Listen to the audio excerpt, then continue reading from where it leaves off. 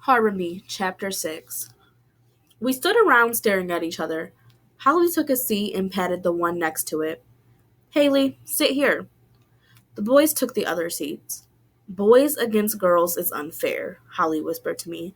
There's more of them. I've been saying this since school started. And plus, are we going to get tested on this? I smiled. Everything was unfair to Holly. We were both only children, but sometimes I thought maybe she had a bunch of brothers and sisters hidden away because she always felt like someone was trying to cheat her out of something. It's free time, I whispered back. You heard Miss Laverne. There's not going to be a test. Ashton, Tiago, and Amari had pulled their seats farther back, making the circle bigger and lopsided. Esteban's was next to mine. He sat down heavily, but his head on the arm of the desk and closed his eyes. His lips were chapped and he had tiny freckles over his nose that I hadn't noticed before. I think the first day in the art room, we were all sure his dad would be back soon. Tomorrow, the next day, the next week, none of us really knew about forevers yet. We were still just learning how things could change in a minute. How you could be in the middle of putting plates on the table when the phone rings with bad news, or how your mother could come in and kiss you goodnight, and when you ask, is Poppy home yet? Your mother says, no, but maybe he's working late. And then you wake up in the morning and run into the kitchen and your father's empty dinner plate is still on the table. I thought about one of the stories my uncle liked to tell me.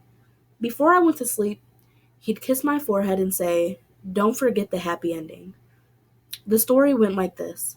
Two kids got lost in the forest. First they came to a snake and asked him the way to go.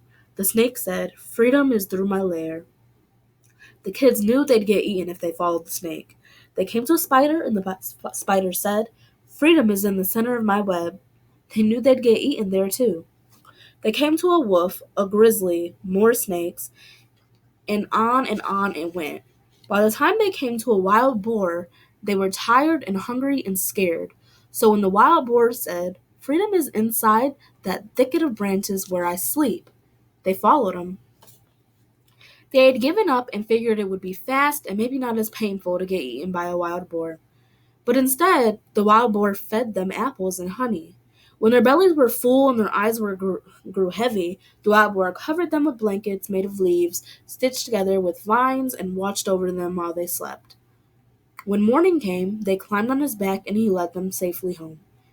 When I asked my uncle what the moral of the story was, he said, no moral, just has a happy ending.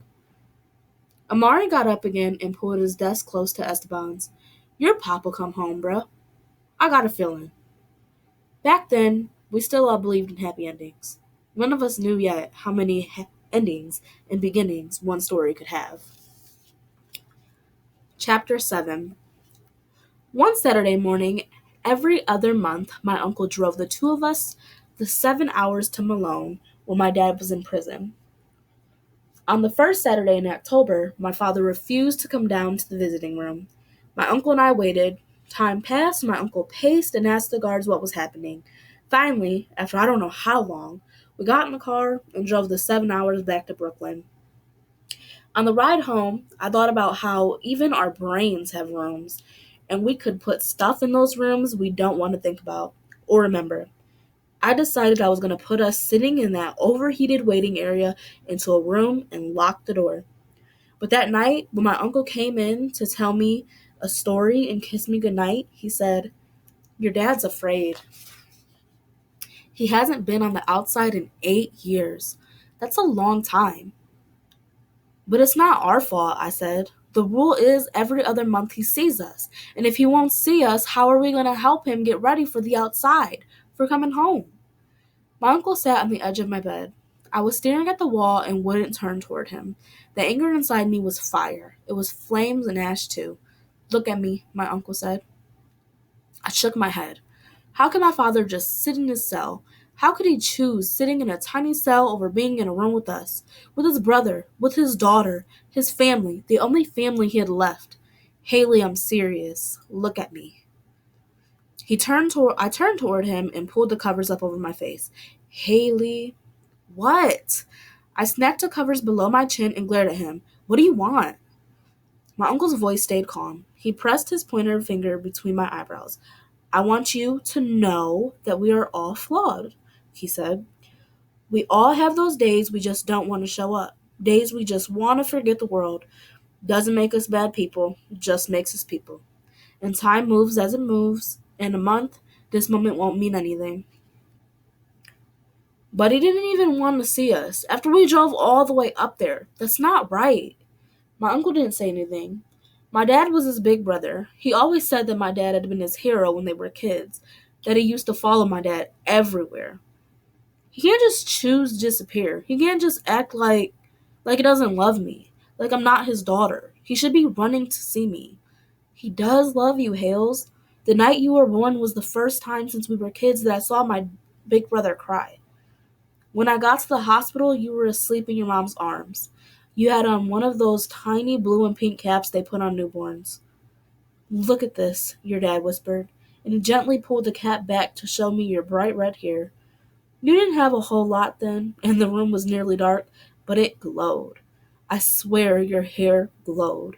No, it didn't. I was trying to stay mad, but I couldn't help smiling. I swear, my uncle said, you had glow-in-the-dark hair. Lies. Anyway, your dad pulled the cap back over your head while you and your mom kept on sleeping. Then he took my hand and pulled me out of the room. I leaned my head against my uncle's chest. I could hear his heart. It was beating fast. He said, she's so tiny, Steve. She's so perfect. Then he put his hand over his face and started sobbing. Those two people in there, they're everything to me. Everything. How am I ever going to... My uncle stopped talking and sniffed. He reached his hand up to his face.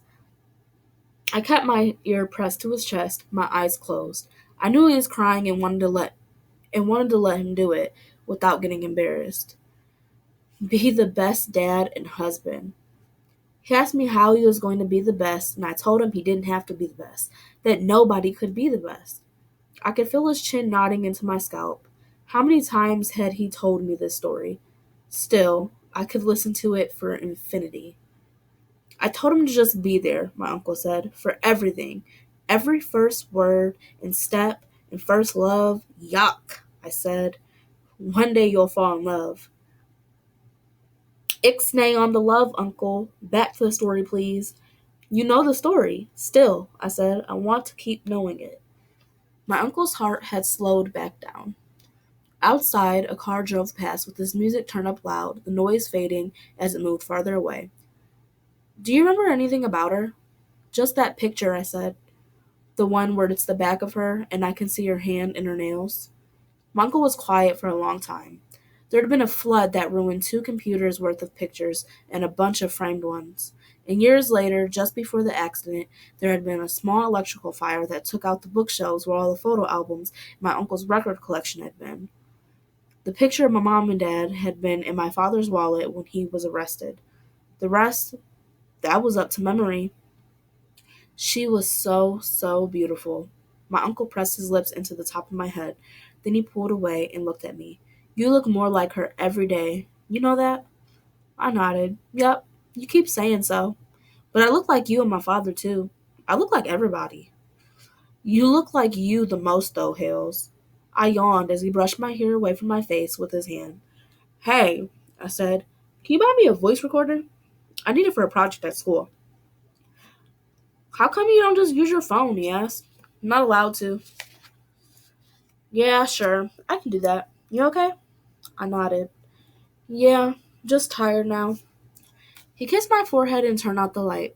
Good night, Haley. I love you to the moon. I yawned again, pulled the covers over my head, and said, I love you until Pluto becomes a planet again.